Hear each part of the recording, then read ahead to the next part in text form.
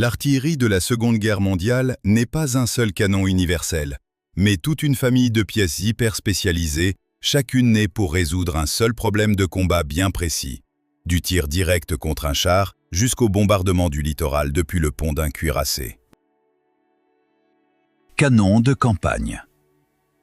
Commençons par la brique de base de toute armée. Un long tube, un affût à roue, un obus qui vole selon une trajectoire tendue, presque rectiligne, voilà le grand classique du genre, ce canon même qu'on dessine dans les manuels d'histoire. Le canon allemand de 10,5 cm K18 a accompagné la Wehrmacht en France, puis lors des premiers mois du front de l'Est, tandis que les canons divisionnaires soviétiques de 76 mm suivaient littéralement chaque régiment d'infanterie comme un cheval de trait de l'appui-feu. Son atout, c'est la polyvalence.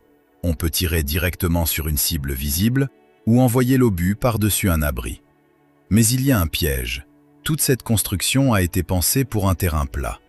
Que le relief devienne vallonné ou boisé et la pièce qui dominait la plaine un instant plus tôt se transforme en ferraille inutile qu'on ne peut même plus repositionner correctement. Obusier.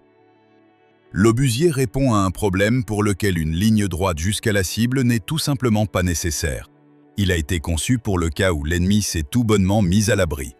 Un tube court, un angle de tir énorme, l'obus s'élève presque à la verticale et retombe littéralement sur la tête de l'adversaire, dans une tranchée, derrière le mur d'une maison, dans n'importe quel abri qui protège à 100% d'un tir tendu. Les Allemands utilisaient comme obusier divisionnaire standard le FH-18 de 10,5 cm. Les Américains promenaient à travers l'Europe et le Pacifique leur M2A1 de 105 mm. Dans les forêts, dans les villes, au milieu des collines, là où le canon de campagne est impuissant, l'obusier continue de travailler comme si de rien n'était. Le prix à payer, c'est une faible vitesse initiale de l'obus et une réaction lente, si bien qu'en combat direct et dégagé, il perd sans espoir. Canon anti-char. Un char, c'est un mur de blindage en mouvement. Et pour lui, il faut un outil affûté pour une seule tâche précise, percer ce mur le plus vite possible. D'où un profil bas, pour que la pièce soit plus difficile à repérer, un tube long pour une vitesse d'obus effrénée et un angle de tir pratiquement nul. Inutile de tirer vers le haut ici. Le canon allemand PaK 40 de 7,5 cm est devenu un cauchemar pour les équipages de chars soviétiques sur le front de l'Est, tandis que l'URSS déployait en réponse, en profondeur de la défense, des lignes entières de canons de 45 et 57 mm. Contre les chars, c'était une arme d'une précision chirurgicale et mortelle. Mais dès que l'infanterie adverse parvenait à s'approcher de l'autre côté, l'équipage de la pièce se retrouvait soudain totalement nu, sans blindage, sans abri, une cible parfaite. Canon anti-aérien. Pendant que les autres canons se battaient pour la terre, ceux-là ne regardaient même pas vers le bas. Des affûts hauts, un angle de rotation immense, la capacité de suivre rapidement une cible qui vole à plusieurs centaines de kilomètres à l'heure, la mission de la pièce anti-aérienne est fondamentalement différente de celle du reste de l'artillerie. Le canon britannique QF de 3,7 pouces couvrait les villes britanniques pendant le Blitz, tandis que les Américains transportaient des canons anti-aériens mobiles juste derrière leurs troupes en progression, aussi bien en Europe que dans le Pacifique. Résultat, voler bas au-dessus de telles positions devient un suicide, et voler haut devient extrêmement inconfortable. Mais dès que l'ennemi approche par voie terrestre, cette même pièce anti-aérienne, avec ses dimensions énormes et sa protection quasiment nulle, se transforme en proie facile. Mortier. Si l'on retire de l'artillerie tout ce qui est superflu, on obtient le mortier. Un tube court, un angle abrupt, un obus qui retombe presque à la verticale, et tout cela peut se porter sur soi, sans tracteur, sans chevaux, sans des heures de mise en batterie. C'est pour cela que l'Union soviétique fourrait des mortiers littéralement à chaque échelon, du peloton jusqu'à la division, tandis que l'armée japonaise misait sur des mortiers légers là-bas, dans le Pacifique, où l'artillerie lourde ne pouvait physiquement pas être acheminée. L'infanterie obtient un appui-feu littéralement entre ses propres mains, sans délai ni coordination. Le prix à payer, c'est une portée réduite et une puissance destructrice modeste comparée aux véritables pièces d'artillerie. Le mortier ne décidait pas de l'issue des batailles. Il vivait simplement à l'intérieur même du combat, aux côtés de l'infanterie, pas à pas. Canon de montagne. Le canon de montagne, on le démonte littéralement en pièces et on le charge sur le dos d'une mule. Il n'existe que pour une seule chose, l'accès là où un canon ordinaire n'arrivera jamais. Tube court, châssis léger, calibre plus petit, tout cela a été sacrifié pour permettre de hisser la pièce le long d'un sentier de montagne étroit. Les Italiens traînaient de telles pièces à travers les Alpes et les Balkans, les Britanniques à travers la jungle et les collines de Birmanie, là où l'artillerie ordinaire ne pouvait tout simplement pas accompagner physiquement l'infanterie. Le prix à payer est évident, un obus plus léger et une portée réduite une fois la pièce enfin remontée. Ce n'est pas un canon de campagne qu'on aurait traîné en montagne, c'est une arme qui existe précisément parce qu'un canon de campagne ne peut par principe pas y arriver. Appui-feu naval. L'appui-feu naval, c'est une artillerie qui ne débarque jamais sur le rivage et frappe la côte directement depuis l'eau. Les pièces lourdes des navires restent sur le pont des cuirassés, des croiseurs et des destroyers, et le débarquement reçoit une couverture précisément au moment où il n'a pas encore et ne peut pas encore avoir sa propre artillerie à terre. Les Alliés ont utilisé de tels navires lors des débarquements en Afrique du Nord et en Normandie, tandis que le Japon installait de manière fixe sur les îles du Pacifique des pièces déjà retirées de navires. Mais c'est déjà une autre histoire, qui relève de la défense côtière. Le moment de leur force, c'est le minutage.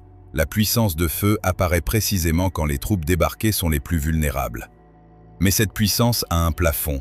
Le navire ne peut pas tirer là où son canon ne porte pas, et il ne peut pas accompagner une progression vers l'intérieur des terres. Artillerie côtière.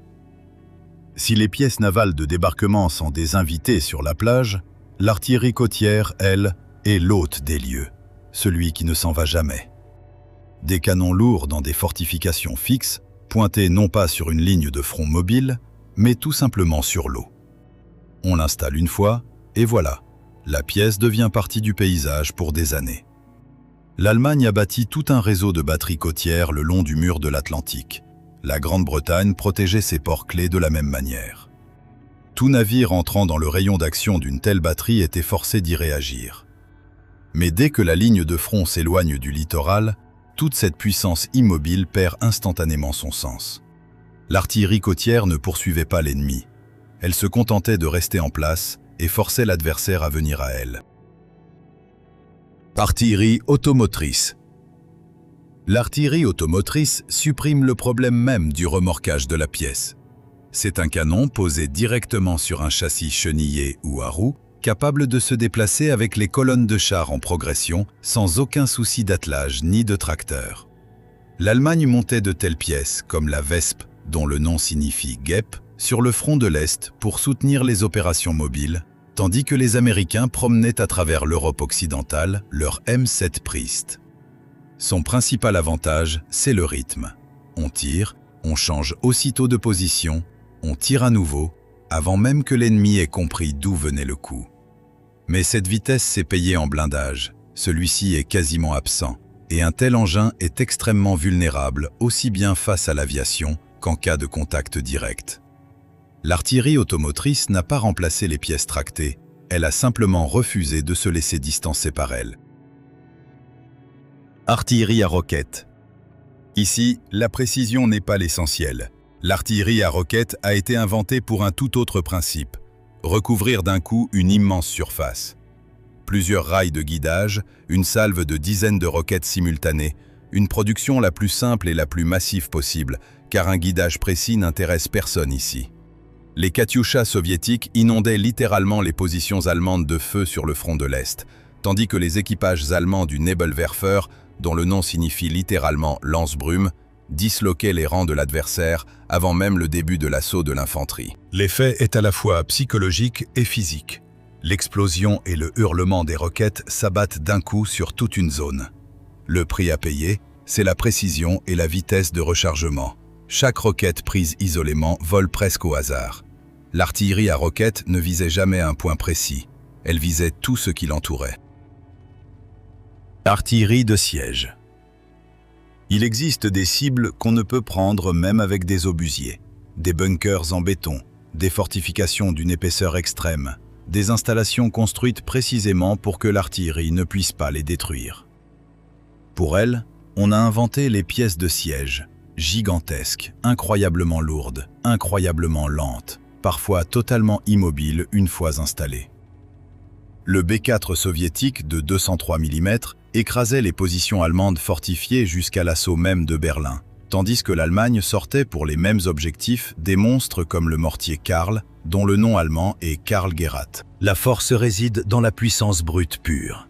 Là où un calibre plus petit est impuissant, la pièce de siège enfonce simplement l'obstacle. La faiblesse, c'est le temps, une installation longue, une mobilité minimale, et dès que le front se déplace, une telle pièce reste en arrière. L'artillerie de siège ne résolvait pas les problèmes rapidement. Elle existait pour les problèmes qui, de toute façon, ne disparaîtraient pas d'eux-mêmes. Canon ferroviaire. Et voici maintenant la limite de l'absurde, une pièce qui a physiquement besoin de rails pour exister tout court. Un tube immense fixé sur une plateforme de chemin de fer, parce qu'aucune autre construction ne pourrait tout simplement supporter son poids et son recul. L'Allemagne a employé de telles pièces, comme la célèbre Dora, dont le nom allemand est Schwerer Gustav et signifie littéralement « lourd Gustave », pour frapper des cibles fortifiées à une distance extrême, tandis que la Grande-Bretagne et la France conservaient leur propre artillerie ferroviaire pour la défense côtière et les frappes stratégiques. La portée de tels monstres était phénoménale. Ils atteignaient des zones qu'une artillerie ordinaire ne pouvait par principe pas atteindre. Mais la dépendance était absolue, si l'ennemi coupait les rails, la pièce se transformait en une masse morte de métal qu'on ne pouvait même plus déplacer d'un centimètre. 12 missions différentes ont donné naissance à 12 pièces d'artillerie différentes. Et si cela vous a intéressé de comprendre à quoi chacune était destinée, mettez un like et abonnez-vous à la chaîne pour ne pas manquer les prochaines analyses de matériel militaire.